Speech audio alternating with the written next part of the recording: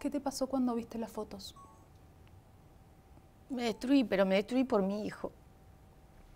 ¿Qué mujer se quiere ver en todos los programas de televisión y en los medios del mundo? El expresidente de Argentina, Alberto Fernández, está sumido en un escándalo por el que podría incluso terminar en prisión.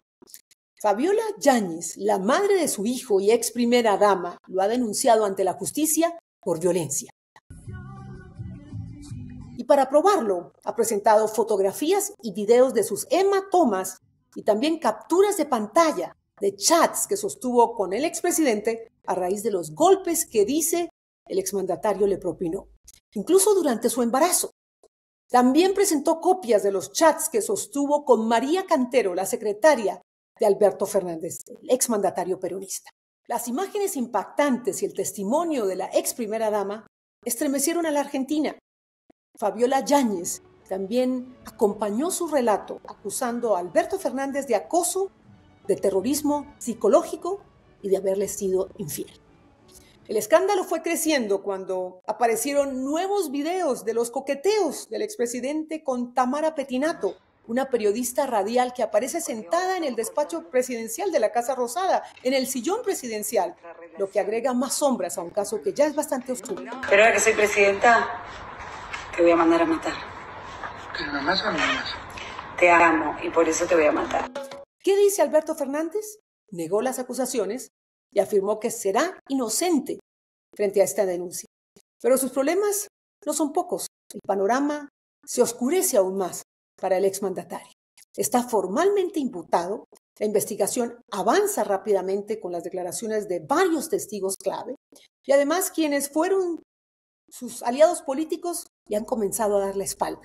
Es de anticipar que en los próximos días conoceremos nueva información, más detalles sobre este caso escabroso, protagonizado por lo que a todas luces es un agresor que contó por mucho tiempo con la complicidad de sus allegados y que violentó a su pareja mientras ocupaba el cargo más alto del gobierno argentino. Las acusaciones de violencia de género que enfrenta, por supuesto que son graves y preocupantes. Pero lo que más indigna es la falsedad que encarna alguien tan poderoso que difundió públicamente un discurso feminista, mientras en su intimidad, según la denuncia, golpeaba, pateaba e intentaba ahorcar a la madre de su hijo. Hay que recordar que nada de esto habría salido a la luz si no fuese por el periodismo. Por eso me complace mucho tener como invitado a Claudio Saboya, el periodista de Clarín, que tuvo la primicia de esta noticia lamentable. Con él hablaré de los detalles de la denuncia y la evolución de la causa. Y también para hablar del impacto de este escándalo en la causa feminista, me acompaña Natalia Gerardi. Ella es abogada y directora ejecutiva de ELA, Equipo Latinoamericano de Justicia y Género, una ONG que trabaja en defensa de las mujeres.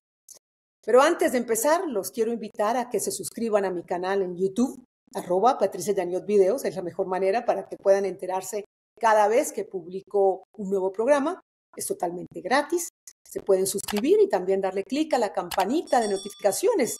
Así se van a asegurar de que no se van a perder ninguno de nuestros contenidos. Por otro lado, me van a ayudar muchísimo a seguir ofreciéndoles más de este proyecto periodístico independiente por YouTube y ahora por Spotify.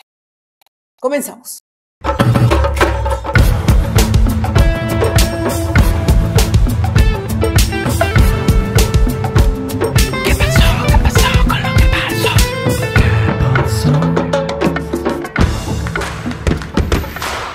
Claudio, qué bueno que nos acompañes en qué pasó con lo que pasó. Un gusto tenerte en el programa. Muchas gracias, bueno, Patricia. A ti.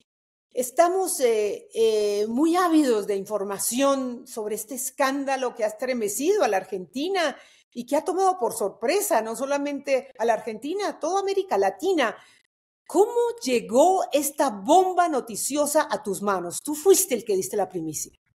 Sí, así es. Vos sabés que es un caso muy particular por una serie de cosas que yo te voy a puntualizar muy brevemente. La primera, Alberto Fernández, el expresidente argentino que dejó el poder en diciembre pasado, está siendo investigado por un caso de corrupción bastante escabroso por unos contratos que él favoreció desde el poder para contrataciones de seguros de los organismos públicos con una empresa también pública, pero donde había intermediarios privados, pese a que era todo dentro del Estado. Entre esos intermediarios había amigos de él. Por ejemplo, el esposo de su secretaria privada. Esa secretaria privada se llama María Cantero, fue allanada, la justicia secuestró su teléfono celular, entre otras cosas, y cuando los peritos de la Policía Federal Argentina analizaron el contenido del teléfono celular de esta señora María Cantero, separaron toda la información que el juez había pedido respecto de este caso de los seguros de la corrupción, pero se encontraron con una serie de cosas que para ellos era muy importante compartir con el juez, con el doctor Julián Ercolini. Encontraron fotografías, diálogos y chats de Cantero con la esposa del presidente, con Fabiola Yáñez, en los que ella le pedía ayuda porque decía estar siendo golpeada. Claro, ese no era el motivo de la investigación judicial, por lo tanto el juez no sabía mucho qué hacer, porque es un juez federal que hace investigación de delitos complejos, no causas penales personales, de la justicia ordinaria, decimos aquí, de la justicia penal privada, si querés, para que lo comprendan todos. Lo que hizo el juez, cuando vio todo, dijo, sí, acá hay algo importante, hizo una consulta que para mí fue clave como periodista, porque consultó a la Oficina de Protección a la Violencia de Género de la Corte Suprema de Justicia de la Argentina. Todo en forma reservada, todo en un anexo reservado dentro del expediente de los seguros, ni siquiera el fiscal sabía que estaba esto.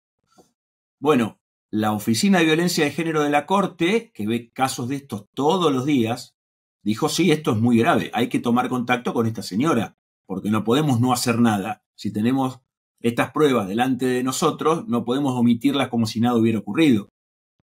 Ahí es donde hubo una reunión por la plataforma Zoom entre el juzgado, el doctor Ercolini, y la señora Yáñez, que vive en Madrid con su hijo pequeño Francisco, el hijo del expresidente Alberto Fernández. En ese encuentro, que fue el día 28 de junio, la señora Yáñez no negó nada de los mensajes que ella intercambiaba con María Cantero, pero le preguntaron si quería hacer una denuncia, porque esto era un caso nuevo, no era la causa de los seguros, de la corrupción que te vengo contando. Y ella dijo, no, prefiero no hacer ninguna denuncia. Para lo cual, el doctor Ercolini, el juez, labró un acta, que es la que después de mi investigación yo pude obtener, donde cuenta todo esto que yo te digo, es un documento judicial, ya no es una opinión en el aire, no es un trascendido, dice cómo fue este proceso y finaliza diciendo que por el momento la señora Yáñez no quiere hacer su denuncia, pero que el juzgado se pone a su disposición. Eso es lo que se archiva, eso es lo que yo termino encontrando en investigación periodística que había comenzado con indicios de que dentro de la causa de los seguros algo estaba pasando, algo que no me combinaba entre lo que yo iba viendo. ¿Viste cuando los que somos más viejos nos gustaba escuchar música en discos de vinilo? Y cuando la púa, había una pelucita, algo saltaba y uno enseguida se daba vuelta a ver qué había sucedido. Bueno, ese camino es el que concluyó con este documento. Yo lo publico en Clarín el domingo 4 de agosto ahora, contando que la justicia tenía elementos con mucha certeza de que Alberto Fernández le pegaba a su mujer en la Quinta Presidencial de Olivos, que es el barrio aquí argentino. Y bueno, y ahí comenzó toda esta historia que vos resumiste. Bueno, finalmente la ex primera dama, Fabiola Yáñez, cambia de parecer y denuncia a su expareja. ¿Por qué cambió de opinión? Mirá, lo único que hubo entre el 28 de junio y el 6 de agosto fue la nota del 4 de agosto. Justamente el domingo cuando contamos toda esta historia, por supuesto una conmoción como vos imaginás, muy grande aquí en Argentina, muchas discusiones entre ellos, entre Alberto Fernández y Fabiola Yáñez, que ya evidentemente la relación era muy mala. Ahora que tenemos hecha la denuncia, Fabiola Yáñez compartió todos esos mensajes de ese fin de semana del sábado 3, cuando Alberto ya sabía que yo iba a publicar esto, porque obviamente yo pedí el descargo, como hacemos los periodistas, cuando tenemos una información, a través de quien era su abogado.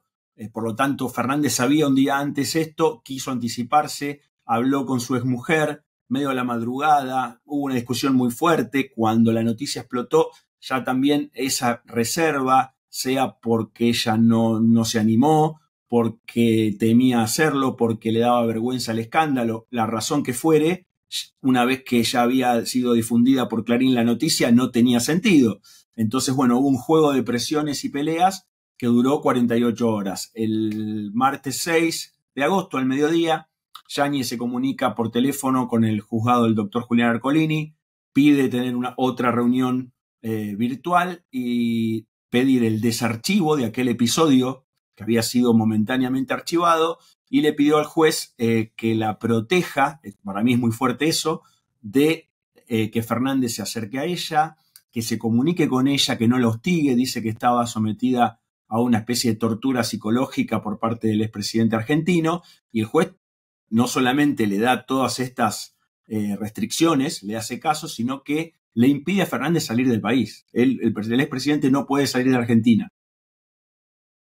Ahora, Claudio, ya a partir de tu publicación se empiezan a conocer imágenes, los contenidos de los chats, y se empiezan a conocer, bueno, la propia versión de Fabiola Yáñez, de personas allegadas, en fin.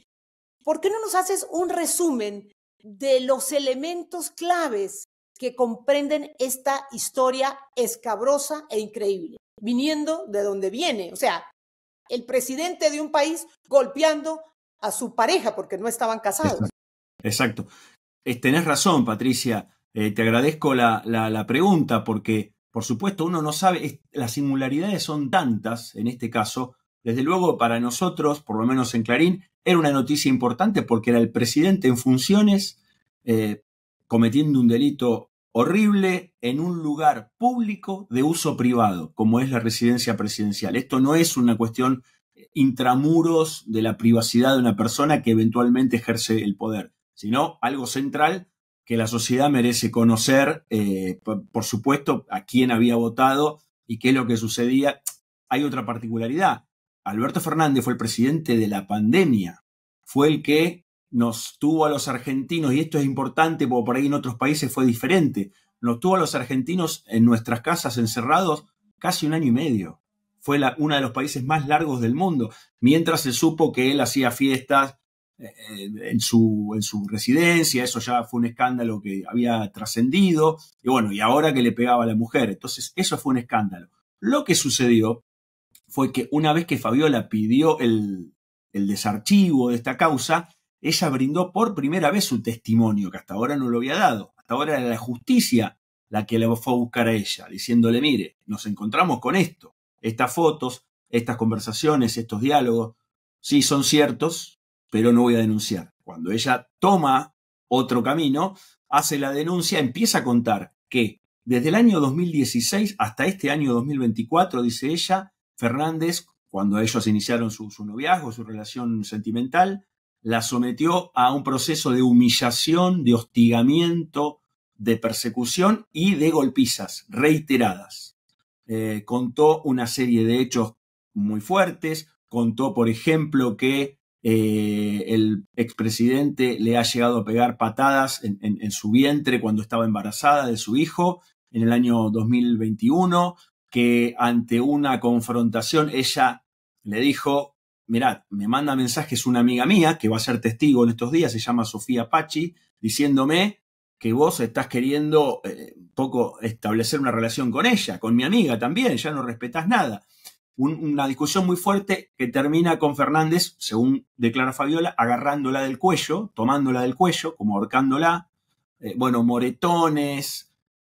Aparece una de las fotos que tenía la justicia en el teléfono que yo te conté, de María Cantero, esa con el ojo morado, el ojo derecho, que yo describí. Yo no puse ninguna imagen, me parecía que había que preservar la privacidad de la señora Yáñez, que no era funcionaria pública. Yo describí todo, no puse ninguna imagen. Días después de su denuncia, la denuncia fue un martes, el jueves empiezan a aparecer en los medios imágenes que evidentemente salieron de su teléfono y las compartió la propia señora Fabiola.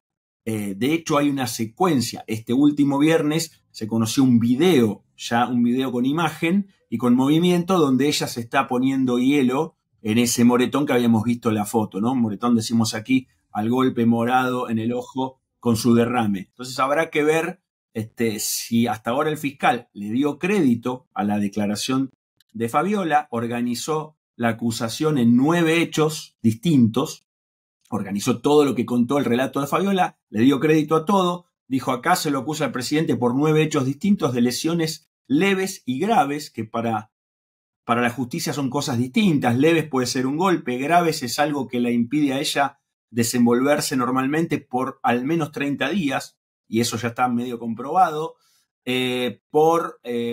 agravado por el abuso de poder y el abuso de autoridad. Pensá, Patricia, que todo esto sucedía a su vez en la residencia presidencial. Por lo tanto, en todos nuestros países ha funcionado el Gran Hermano, ¿no? Esa televisión donde todos vemos lo que pasa en una casa y están todos aislados. Fabiola Yáñez vivía de alguna manera en un Gran Hermano político, porque no estaba en una casa libremente, era la residencia presidencial con todos los funcionarios públicos, con la guardia, con la policía, todo lo que el marido manejaba, quien le pegaba, su agresor. Así que todo era muy, muy particular. Esa secuencia de hechos empezó, la acusación ya está, toda la serie de delitos sumados en concurso real, se dice aquí, quiere decir que se suman como en Estados Unidos, ¿no? La cantidad de años que corresponde a cada delito, si es que cuando llega al juicio oral esto se acredita, superaría los 10 años de condena. Un poco, porque si no son hechos aislados, esto es importante también para todos nosotros, ¿no? Habría que probar si los golpes ocurrieron o no, y quizás hasta prescribieron, porque pasaron hace 2 años, 3, 1. Entonces, la secuencia, la continuidad de las agresiones y de las humillaciones, vamos a hablar después de las mujeres que estaban alrededor del señor Fernández, hacen que ese delito continuado no permita la prescripción de la acusación de Fabiola. Vamos a ver en qué termina, claro, en qué termina ya en la justicia. Ahora, esto ocurre en la residencia privada del presidente y su pareja y la madre de su hijo, a quien le pega. Tengo entendido, Claudio, que uno de los peores incidentes ocurrió afuera de la residencia, ocurrió en la pequeña calle que comunica la oficina con la residencia, que lo habría visto un funcionario a cargo de la residencia y que incluso tuvieron que llamar al médico de la residencia oficial, o sea, de la Quinta de Olivos, no es el Palacio de Gobierno, no es la Casa Rosada. O sea que pareciera que hubo un gran pacto de silencio, porque esto lo sabía más de una persona. Sin ninguna duda, Patricia, y me das el pie para contarte una resolución que tomó el fiscal, arriesgada quizás, pero lo que llamamos economía procesal. Esta señora María Cantero, la secretaria privada de Fernández, que recibió el pedido de ayuda y las imágenes y los chats de la señora Yáñez, de Fabiola, pidiéndole ayuda y no hizo nada, uno, o Daniel Rodríguez se llama, que era como el intendente de la Quinta de Olivos, el jefe de portería, digamos, muy cercano al expresidente, declararon como testigos, no como imputados por encubrimiento. El fiscal sacó la cuenta de que si los acusaba, ellos iban a poder, por el tiempo transcurrido, un delito de encubrimiento de algo que todavía no se probó, iba a ser muy difícil acusarlos. Y como imputados, según la ley argentina, por supuesto, vos sabés, nadie está obligado a declarar en su propia contra, por lo tanto, podían mentir y perder prueba importante para la acusación central. El fiscal que hizo los citó como testigo, donde ya sí tienen obligación de decir la verdad bajo juramento, so pena de ser, por supuesto, encarcelados por falso testimonio. Renunció a la acusación entonces para mejorar la calidad de la investigación contra Fernández, apuntando Fernández y la mujer. Todo lo demás queda a un lado y se recoge prueba testimonial que han declarado las primeras personas. La señora Cantero reconoció que ese era su teléfono, efectivamente, que los mensajes eran reales, que las imágenes eran reales, que ella no hizo nada porque consideró que era un tema privado. Por supuesto, es muy discutible, pero esa fue su declaración. Otra periodista también cercana a la señora Yáñez dijo que no había asistido a ningún golpe, pero sabía que Fabiola estaba siendo humillada y y maltratada habitualmente. Hoy esta persona que cuida la Quinta de Olivos, que la cuidaba, fue más prudente, dijo, bueno, yo no vi nada, pero sí me consta que se llevaban muy mal. De hecho, después de que se conoció las imágenes de esa fiesta que habían dado ellos en plena cuarentena aquí, que fue un golpe mortal para el gobierno de Fernández, recrudeció el maltrato hacia Fabiola, tal como ella había dicho.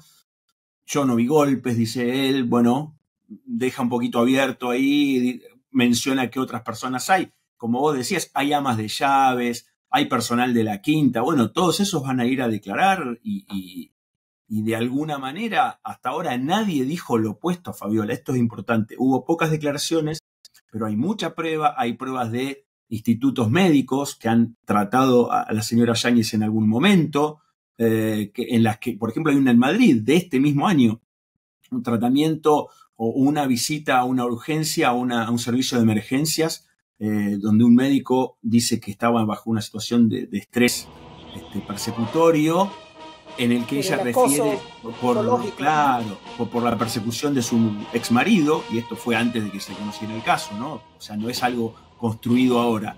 Y así hay más, entonces va a haber mucha documentación, Patricia.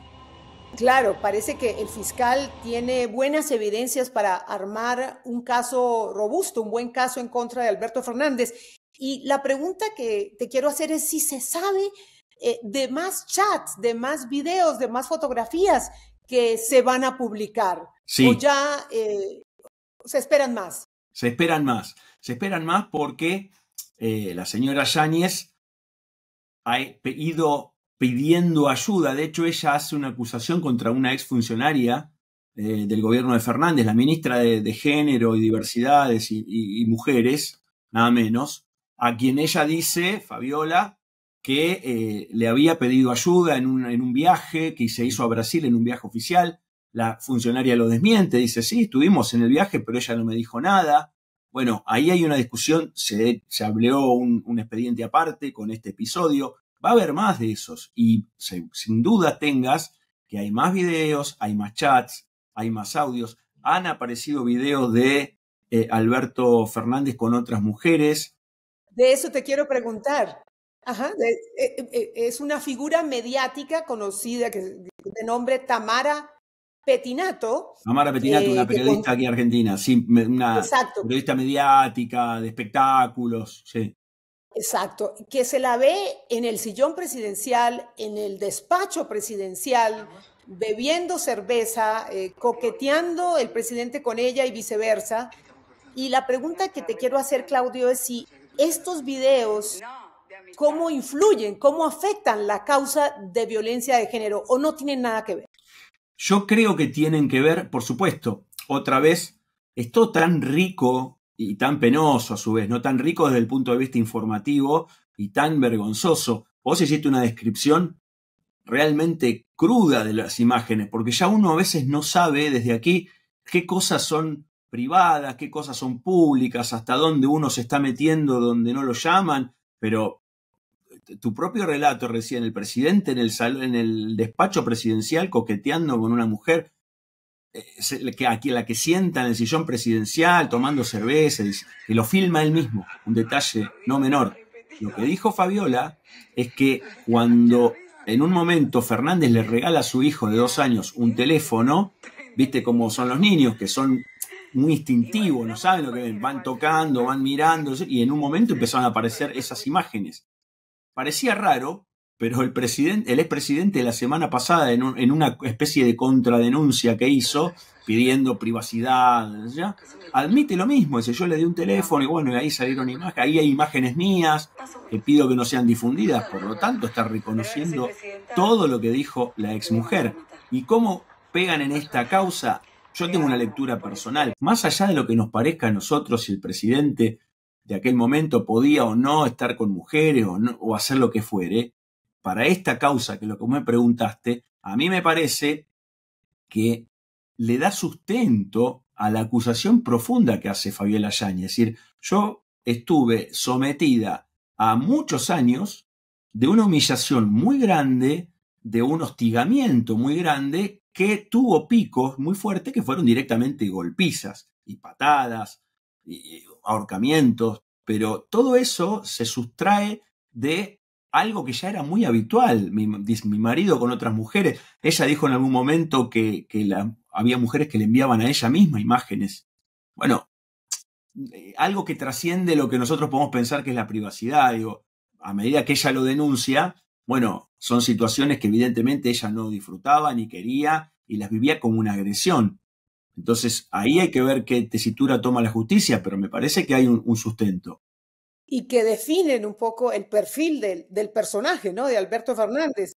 Recuerdo que en sus declaraciones, no sé si en una entrevista que dio, en la declaración que se filtró a la justicia, dice que el expresidente la culpaba todo el tiempo por haber perdido las elecciones a raíz de esta fiesta que era para celebrarle el cumpleaños a ella. Así que la hace culpable de la derrota del peronismo, ¿no? Es realmente absurdo, absurdo. Ahora quiero preguntarte, Claudio, algo.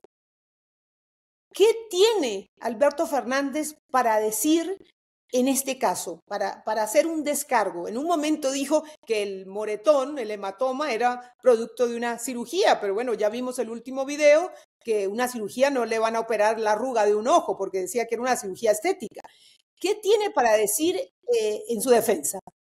La verdad es que estamos todos bastante pasmados esperando cómo puede él explicar esto, porque hasta donde sabemos, la verdad es que lo que fue haciendo trascender en estas pocas semanas, hablan del manual de golpeador, Patricia, un poco siguiendo el resto de los casos, diciendo que ella es una persona adicta al alcohol, que bueno, entonces no sabe lo que dice y que muchos golpes se los autoinfligió con caídas. O sea, la verdad es que es una defensa, voy a poner comillas, que yo creo que lo hunde más a él mismo, porque también en esto hay una historia. Prácticamente decir, bueno, los golpes se los merecía por todo lo que hacía, por cómo vivía.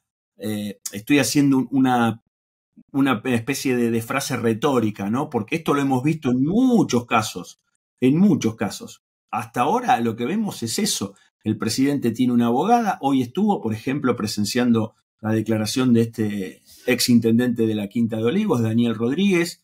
Todavía él no fue convocado a prestar declaración indagatoria como acusado y ahí veremos cómo se defiende y cuál es la estrategia. Pero lo que sí estamos viendo por ahora es una especie de andanada de knockout donde también su propio círculo, que ya era pequeño y que ha ido a su vez deshaciéndose con el correr de los años por traiciones de Fernández a su gente de confianza, a los que le echaba la culpa de una cosa o de otra, y bueno, y se iban quedando por el camino, y la verdad que le queda muy poca gente, y entre esa poca gente, bueno, esto es algo muy serio, esto no es un tema político, donde uno puede opinar o no, pero el afecto está por encima.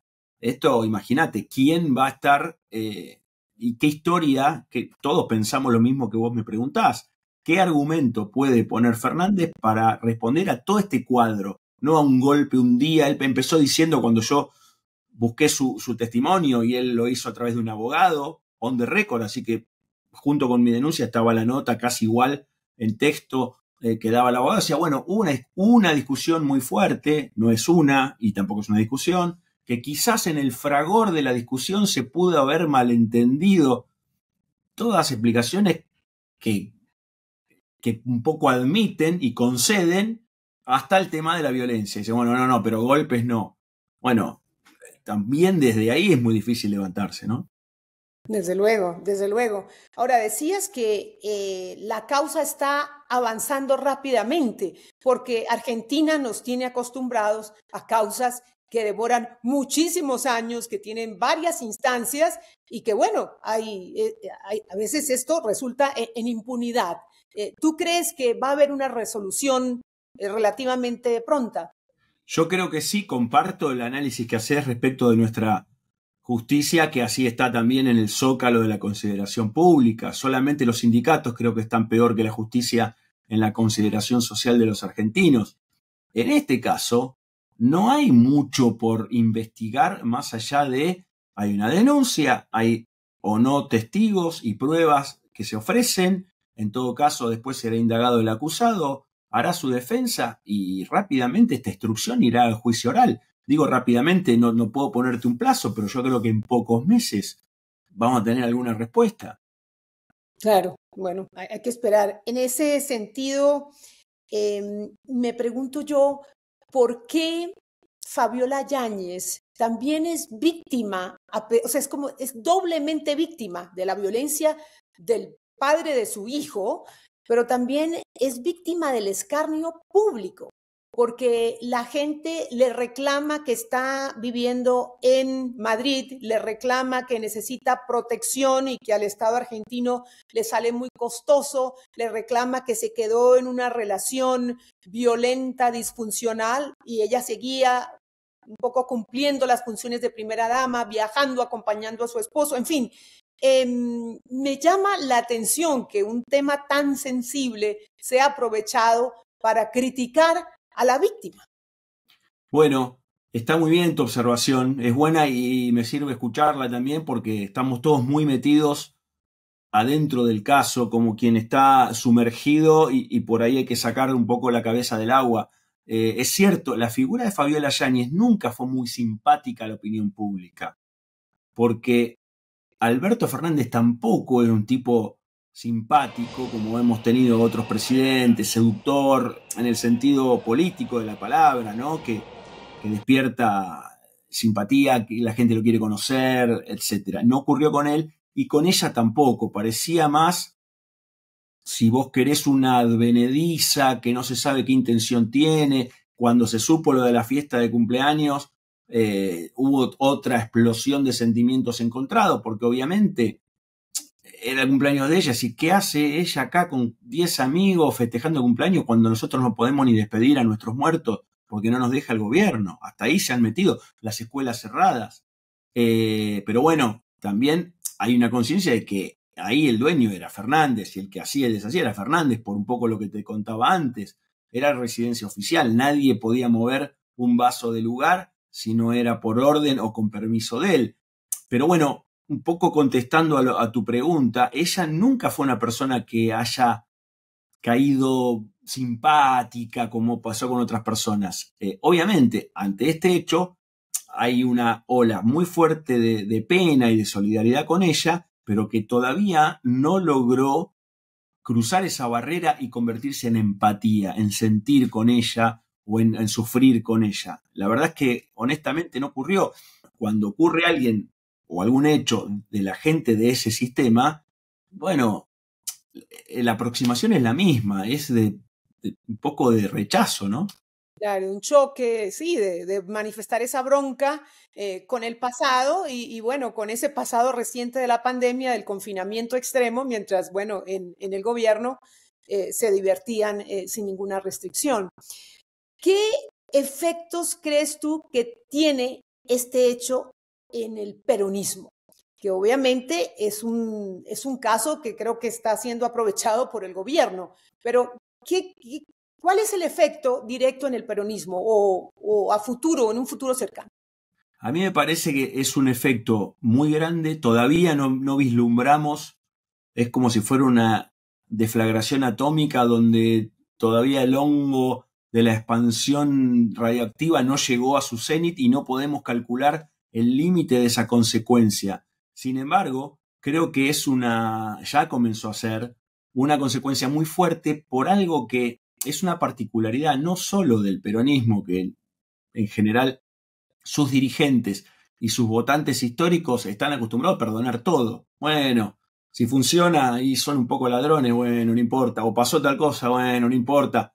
Un poco contemplativos, lo cual ha permitido que sea una fuerza que se fue reconvirtiendo del estatismo máximo izquierdista al neoliberalismo absoluto y todo el mundo adentro. Sí, pero esto no puede ser. Y en el peronismo funciona. Bueno, toda una cosa cargada, si querés, del progresismo con un discurso de los derechos, ya que el cambio económico no se da, y no solamente no se da, sino que se retrocede y se fracasa. Bueno, los derechos de las mujeres, los derechos de las minorías, los derechos humanos, un montón de cosas, por supuesto que todos estamos de acuerdo, pero que en el kirchnerismo han funcionado como una bandera propia.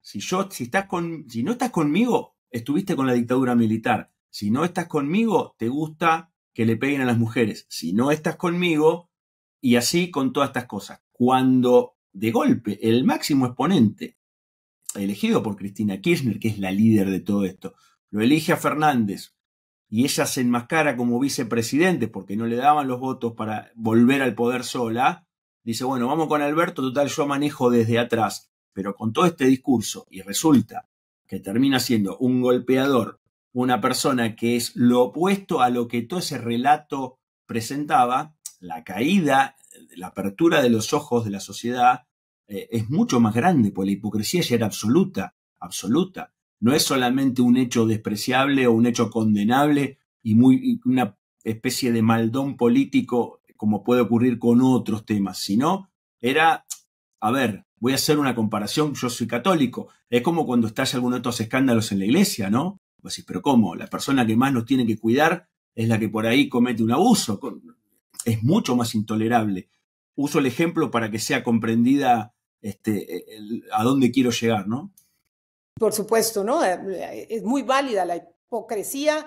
La hipocresía de este hombre es inmensa porque se llenaba la boca diciendo que en Argentina no iba a haber nunca más una mujer golpeada, en fin, anunciando sus políticas de defensa de la mujer.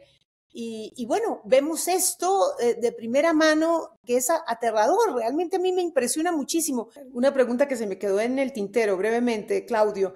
¿Es cierto que Fabiola Yáñez le pidió a Alberto Fernández $3 millones a cambio de su silencio? Eso es lo que deja trascender el expresidente Fernández. Yo no sé si es cierto, sí sé hasta un punto, y a partir de lo que sé me imagino mucho más, que hubo conversaciones, negociaciones frustradas. Fernández también dijo, a mí me están extorsionando, esto tiene que saberse. Claro, alguien le habrá dicho, pero nadie te puede extorsionar con un hecho que sea mentira, que es lo que vos también estás diciendo. Entonces, no funciona la extorsión sobre una base fantasiosa, porque si no se disiparía en el aire. Yáñez viene reclamando que pensá que ellos tienen un hijo en común, un poco vos decías, no están casados, por lo tanto no hay un régimen legal de asistencia, pero ese niño, por supuesto, necesita la presencia, pero además también el sostén de su padre, que no tiene ningún trabajo conocido. Ese es otro aspecto que ni conversamos hoy. Él no tiene ingresos, ahora tiene una pensión de expresidente, pero supuestamente vive aquí en Buenos Aires en una casa prestada, en un departamento prestado hace 15 años. Nadie lo cree, por cierto. Pero bueno, hasta para hacer aparecer un dinero tendría que justificar el origen y yo no sé cómo lo hace. Todo es muy complejo. Muy complejo. Bueno, pues vamos a seguir de cerca a medida que tú nos ayudes a entender y sigas informando y revelando los pormenores de este caso, de este juicio que parece apetitoso para la prensa local. Así que de verdad, Claudio, encomiable la labor que has hecho y gracias por atender esta invitación de qué pasó con lo que pasó. Un placer, Patricia. Hasta la próxima entonces. Gracias, buenas noches. Nos interesa mucho ver este asunto que involucra al expresidente Fernández desde la perspectiva feminista. Y por eso le quiero dar la bienvenida a Natalia Gerardi. Ella es la directora ejecutiva del Equipo Latinoamericano de Justicia y Género, también conocido como ELA. Natalia, gracias por acompañarnos en qué pasó con lo que pasó. Y sé que tu organización ha emitido varios comunicados o declaraciones en torno a la violencia de género que sufrió la ex primera dama argentina, Fabiola Yáñez. ¿Por qué no nos resumes cuál es la posición de ELA frente a este escándalo?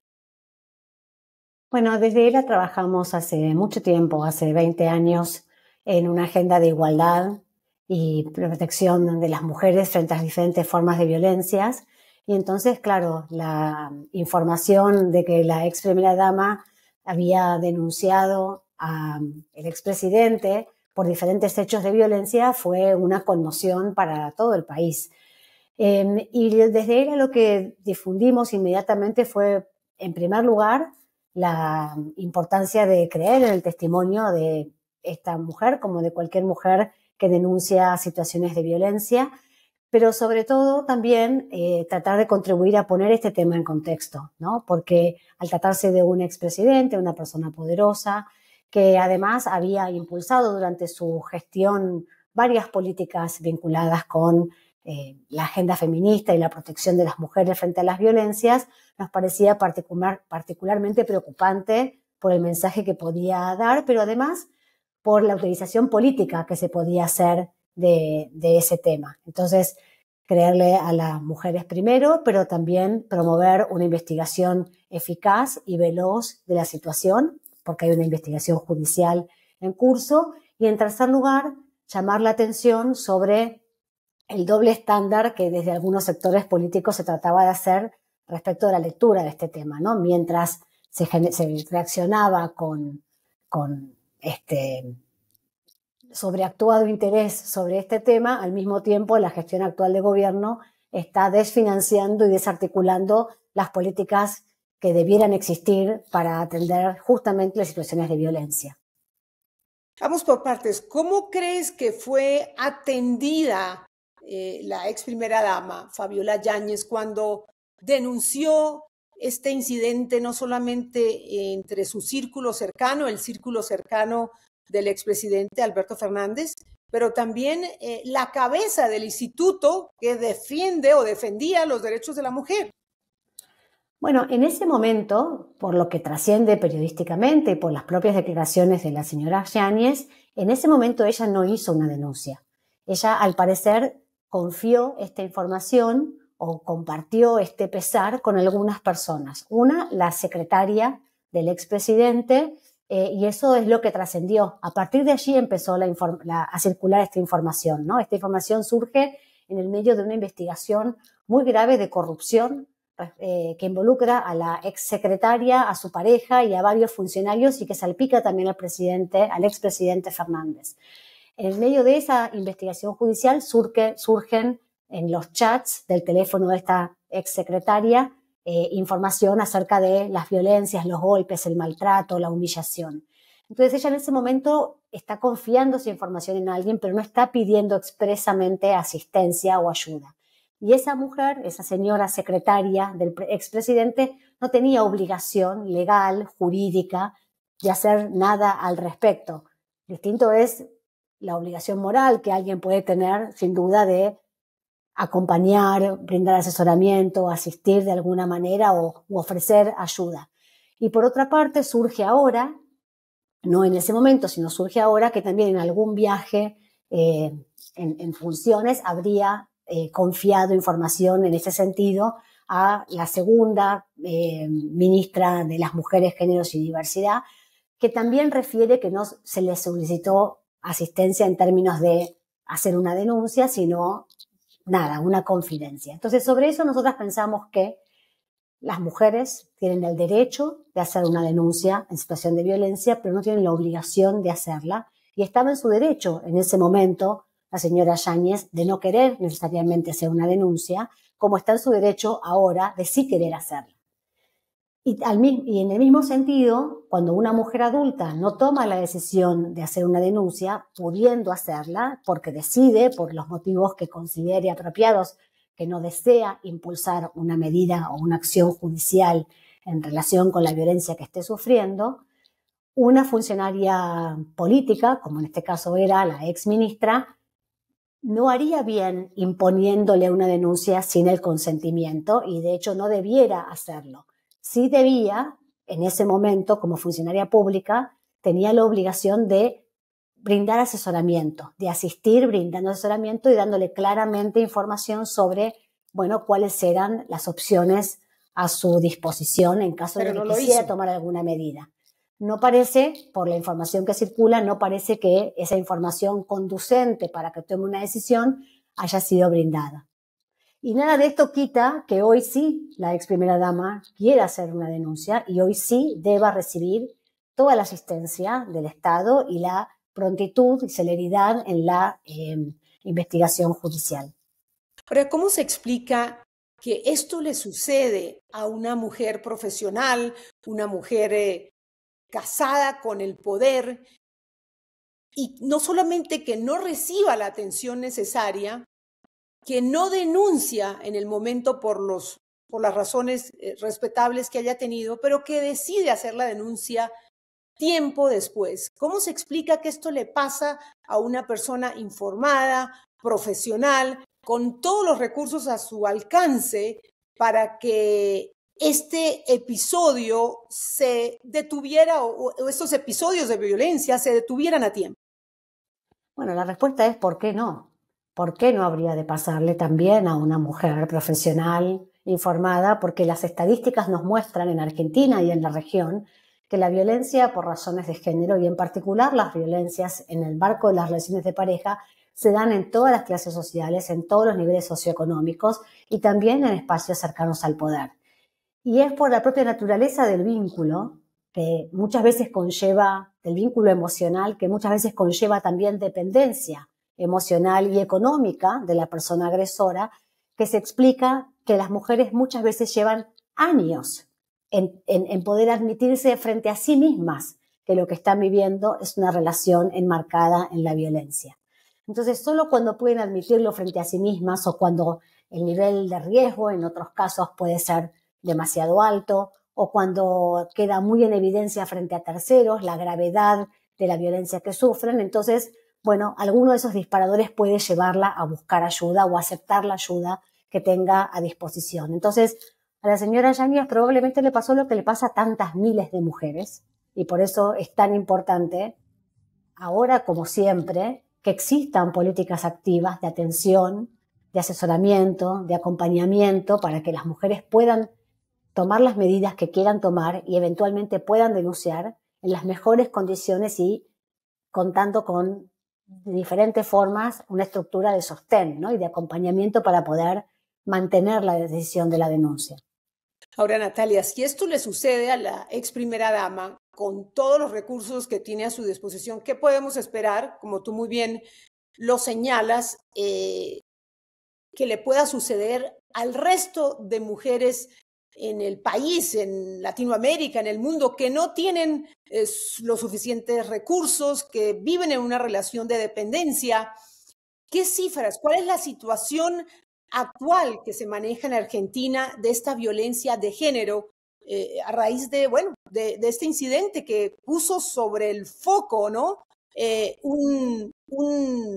Una pandemia, realmente es una epidemia esta violencia de género, que le cuesta la vida a muchas mujeres. Por supuesto, y no es la primera vez y no va a ser la última. Lamentablemente sabemos que desde el inicio de los tiempos, esta forma de violencia existe. Y en Argentina, 1 de cada 2 mujeres refirió haber vivido violencia actual o pasada por parte de una pareja a lo largo de su vida.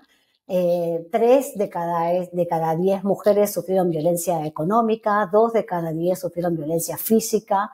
Entonces, claramente este es un fenómeno de características muy generales, muy arraigadas en la cultura y en la historia. Ahora, también en Argentina, la violencia femicida, la violencia extrema por razones de género, le cuesta la vida a casi 260, 270 mujeres por año. Y el 60% de esas mujeres víctimas de femicidio es asesinada por su pareja, actual o pasada.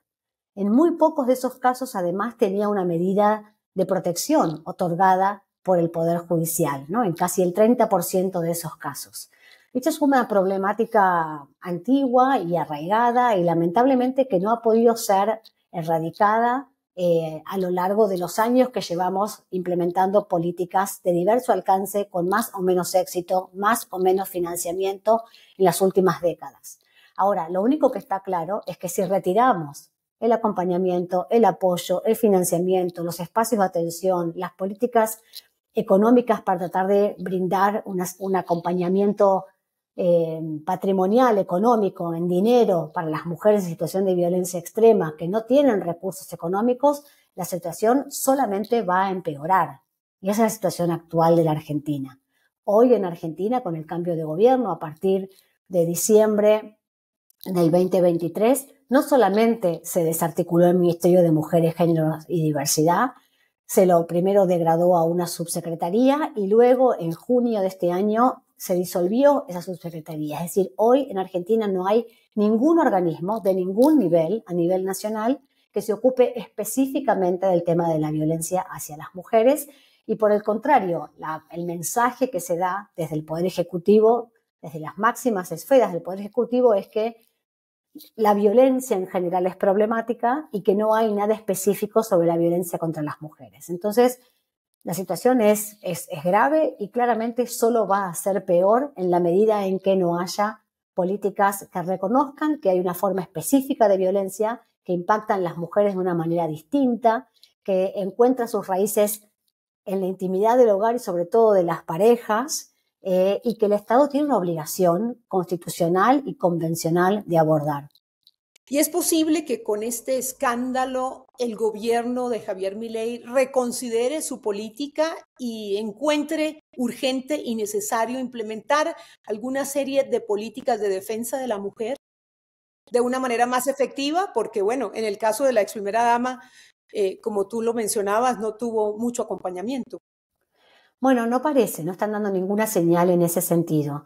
Por lo pronto, hay una línea de asistencia telefónica, el número 144, que funciona desde hace más de 10 años, o sea, no fue una creación del gobierno anterior, del gobierno del expresidente Fernández, sino que es muy anterior, y esa línea telefónica vio recortado su presupuesto y su personal de una manera drástica, de modo tal que para atender a todo el país hoy tienen turnos con solamente 2 personas en algunas franjas horarias, y recortó su personal en un 38%, de modo que ese no parece ser un indicador de que vayan a reconsiderar. Y hoy mismo se publicó en el boletín oficial, en la información oficial, el recorte del Plan Acompañar, que es un programa de transferencia económica de dinero, de un salario mínimo vital y móvil para las mujeres en situación de violencia que tuvieran una dependencia económica extrema y un riesgo alto o altísimo respecto de la situación de violencia, y se recortó ese acompañamiento económico de 6 meses que existía a 3 meses, además agregando el requisito de que se haga efectivamente una denuncia de violencia cuando eso, en ausencia de otros mecanismos de acompañamiento, pone más en riesgo a la mujer de lo que la ayuda, ¿no? Cuando uno hace una denuncia, si no tenés una medida de contención, espacios de acompañamiento, una red construida para sostener esa situación, es más el riesgo que asumís que el beneficio que te puede llegar a dar en lo inmediato, según muestran las estadísticas. Entonces, lamentablemente, más allá de la utilización política de este lamentable caso, no parece ser que vaya a generar una reflexión profunda por parte del Poder Ejecutivo Nacional. Pareciera que el hecho de que la mujer no denuncia, porque, bueno, no tiene el acompañamiento, porque no está lista, porque tiene una situación de dependencia, fomentase que los hombres abusaran aún más de su machismo y de las mujeres, porque las mujeres obviamente no ponen de manifiesto una denuncia y en ese caso poco se garantiza la impunidad de los violentos. ¿Cómo se explica o cómo romper ese círculo vicioso? El hecho de que no haya denuncia, no haya juicios, no haya procesos, no haya encarcelados y haya impunidad. ¿Eso cómo alimenta esta espiral de violencia de género? Creo que lo que alimenta el espiral, hay varios puntos a tener en cuenta, ¿no? Por un lado, la violencia está profundamente arraigada en la cultura, lamentablemente. Entonces, la mejor prevención de la violencia es la educación. La educación integral, la educación sexual integral, es como la llamamos en Argentina, para la igualdad, que es intervenir desde las primeras etapas educativas en construir vínculos entre los sexos, entre las personas, ¿no? Saludables, basados en el respeto, en la consideración y demás. Ese es el mejor remedio de largo plazo, por supuesto, pero es el mejor remedio para construir sociedades más igualitarias, más justas y menos violentas. Ahora, no es la falta de denuncia la que construye y refuerza la impunidad. Es el mal desempeño del Poder Judicial, porque lamentablemente una denuncia si no es adecuadamente investigada, si no cuenta con patrocinio jurídico, es decir, la representación jurídica y un buen sistema de administración de justicia que pueda comprender, evaluar las pruebas y aplicar el derecho de una manera adecuada y de acuerdo a los estándares internacionales de derechos humanos. Si todo eso no sucede, entonces la denuncia probablemente igual lleve a la impunidad. Y en el camino se revictimiza, se estigmatiza, se vuelve a violentar a la mujer a lo largo del proceso judicial. Eso es lo que desestimula la denuncia. La certeza, la confirmación de que el Poder Judicial muchas veces no está a la altura. Claro, la falta de efectividad de la justicia. Exactamente, y entonces ahí se viene la impunidad y eso refuerza probablemente la violencia, porque una denuncia que no ha llevado a buen término, donde no se atribuye responsabilidad al agresor, y probablemente genere más violencia en esa persona y peores consecuencias en esa mujer. Entonces, eso es lo que desestimula la denuncia. Hay que trabajar para un mejor Poder Judicial, pero el Poder Judicial solo no puede tampoco brindar todas las respuestas, porque el Poder Judicial no le va a dar un sostén económico a la mujer, no va a garantizar donde viva, no va a sostener, no sé, espacios de cuidado para sus hijos o sus hijas para que la mujer pueda reinsertarse en el mercado de trabajo. Esas no son cosas que le toquen al Poder Judicial o que sean de su competencia, sino que le tocan las políticas públicas. Esos son los poderes ejecutivos, municipales, provinciales, nacional. Entonces, en esa articulación de respuestas compleja, interjurisdiccional y de diferentes poderes del Estado, ahí tenemos que encontrar la necesidad de mejores respuestas. Y bueno, eso hoy parece, nunca estuvo del todo funcionando en Argentina para nada. O sea, no es que el ministerio trajo todas las respuestas, ni mucho menos, pero hoy parece todavía más lejos que antes. Hablando de justicia, tú eres abogada, Natalia. ¿Qué penas podría enfrentar el expresidente argentino, Alberto Fernández, en esta causa de ser condenado? Bueno, depende, todavía la causa está en etapas muy iniciales y depende sobre cuáles de las conductas se le termine imputando. No son penas muy altas porque las conductas son de lesiones, algunas leves, algunas graves, y hay también alguna posibilidad de imputación de abuso de autoridad. Entonces no está claro todavía sobre qué delitos específicos se le va a imputar al expresidente, respecto del cual también tendrá derecho, por supuesto, de defensa. Desde luego. Y nos ha llamado la atención también que varias organizaciones que defienden a la mujer han mantenido cierto hermetismo frente a este caso, algo que, por supuesto, ella no hizo. ¿Por qué? ¿Qué opinión te merece que se ha mantenido como un manto de silencio en torno a este escándalo? Creo que en general hubo muchas reacciones de parte de organizaciones y referentes del feminismo, aún de quienes han estado muy cerca de la gestión anterior. No hice un seguimiento tampoco realmente sobre qué respuestas hay. Creo que es un problema si el modo en que una agenda que debe trascender los partidos políticos, que debe trascender las gestiones, como es una agenda por la igualdad y la protección de las mujeres frente a todas las formas de violencia, creo que es un problema cuando es cooptada por alguna gestión de gobierno. Porque creo que son agendas demasiado importantes como para dejárselas a nadie en particular y que, por el contrario, debieran obligar a todos en general. Entonces, más allá de algunos silencios, sí hubo fuertes reacciones, incluso de referentes políticas de ese propio espacio que fue la gestión del expresidente Fernández, y creo que vale la pena, sobre todo, esta reflexión, ¿no? O sea, que nadie se apropie de una agenda que no le pertenece. El expresidente intentó hacerlo, creo que no. Un aprendizaje para el futuro, hay que juzgar, todos debemos juzgar las gestiones políticas como las gestiones en general por lo que efectivamente se hace y no por lo que dicen que hacen. Natalia, gracias por acompañarnos en qué pasó con lo que pasó y ojalá, bueno, este lamentable hecho ayude a que el gobierno argentino implemente políticas de Estado, articule apoyos a la mujer que se necesita, no solamente en la Argentina, sino en la región, en el mundo, mujeres en situación de vulnerabilidad que han sido víctimas de violencia de género. Gracias por acompañarnos nuevamente. Gracias a vos. Buenas noches. Es totalmente desconcertante que alguien con la investidura del presidente y todos los privilegios que eso otorga sea un golpeador de mujeres. La justicia aún no ha emitido una sentencia, pero ya lo vimos, las pruebas son contundentes. Como escuchamos a lo largo de las entrevistas, la evidencia de distintos tipos de abuso por parte de Fernández contra Fabiola Yáñez revela exactamente qué tipo de hombre es el exmandatario. Lo único que tengo para decir es que ojalá la justicia sea eficiente e implacable en este caso y que la decisión no obedezca a intereses políticos.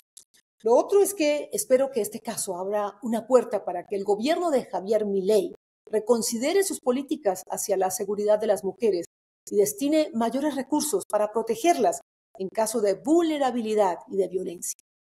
Si hasta la primera dama de una nación puede ser víctima de algo así, las mujeres que sufren maltrato físico y psicológico, que están en inferioridad económica, social y educativa, bueno, ¿qué se puede esperar? No se atreverían a denunciar para salir de una situación similar.